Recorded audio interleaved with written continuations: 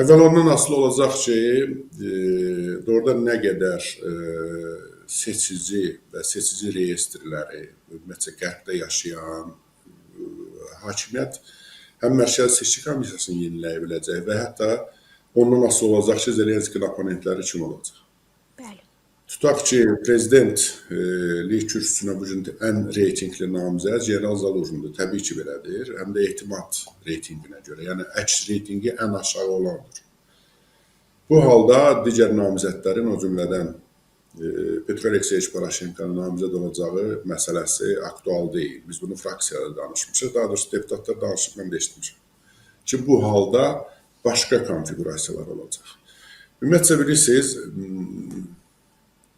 45-ci ildə 2-ci Dünya Müharibəsinin qələbə konstruktoru yaxud necə deyim, memarı Böyük Britaniya idi, Churchill idi. Amma 45-ci ilin oktyabrında seçilən seçkilərdə Churchill bir daha parlamentə seçilmədi. Bəli. Belə məsələlər olur. Zelenski bu günləri təbii ki, xalqı, dövləti təmsilçisidir. İndi onun komandasının baxışından asılı olacaq. Bu bir. İkinci, yenə də bu antikorrupsiya əməliyyatlarının hara qədər. Çünki bunlar hələ birinci mərhələsidir və hələ media mərhələsidir. Çünki dindirmələr, detektivlərin hərəkətləri indi elə açılır. Hələ indi o, məsələn, necə deyirlər, hələ həbs qəti imkan tədbiri altında olmayanların istintaqa cəlb edilməsi hadisəsi indi baş verir. Bunların gedişindən asılı olacaq. Ondan əlavə hansı maddələri Ukrayna tərəfdə oradan da axıra qədər qoruyub saxlaya biləcək, yəni yenə dediyimiz kimi necə deyərlər sülh planında, bunların hamısından asılı olacaq. Bu günləri bir mənalı nəsə demək çətindir, amma mən konstitusiya normaları pis bilmirəm, həm də seçki qanunu. Təxminən bir 2 ay vaxt lazım olacaq ki, hələ atəşkəsdən sonra və bütün bu məsələlərdən sonra Mərkəzi Seçki Komissiyasının tərkibi yenilənsin. Ondan sonra Ukrayna konstitusiyasına görə 3 ay vaxt verilir ki, seçki kampaniyası hazırlıq və namizədlərin irəli sürülməsi.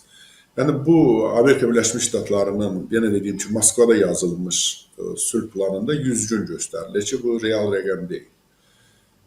Heç real rəqəm deyil. Həm də axı yəqin ki, 2 qat seçkilər keçirilməlidir. Həm prezident deməli kürsüsünə, həm də parlamentə, çünki parlamentin də vaxtı çıxıb. Amma yenə bildirirəm ki, müharibə davam etdikcə bunları keçirmək qeyri-mümkündür. Nə qədər Ukrayna Mərkəzi Seçki Komissiyası, dövlət qurumları cəlb edə biləcəklər, bilirsiniz. Məsələn, qərbdəki seçicilərimiz qərbdə yaşayanlar. İndi tamamilə başqa cürə düşünürlər. Çünki müharibə çox şeyi sındırdı, çox şeyi dəyişib.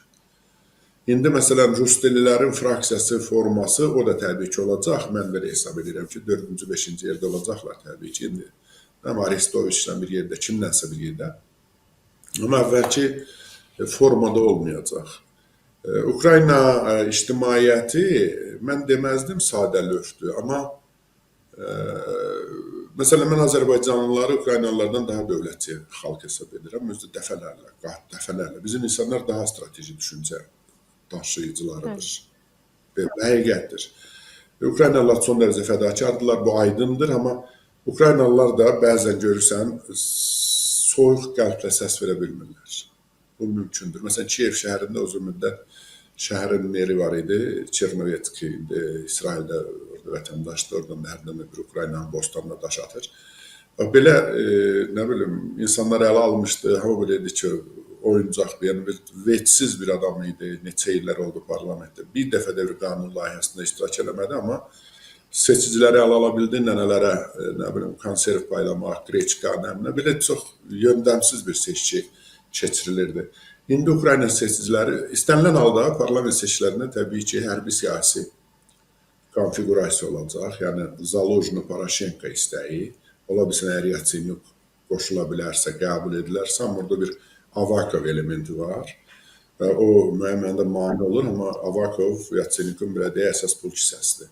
Bunların hamısının danışıqları artıq başlayıb. Mən sizə söz verirəm ki, inşallah bu danışıqlar gedəndə bir neçə aydan sonra olacaq, yəqin yazda olacaq.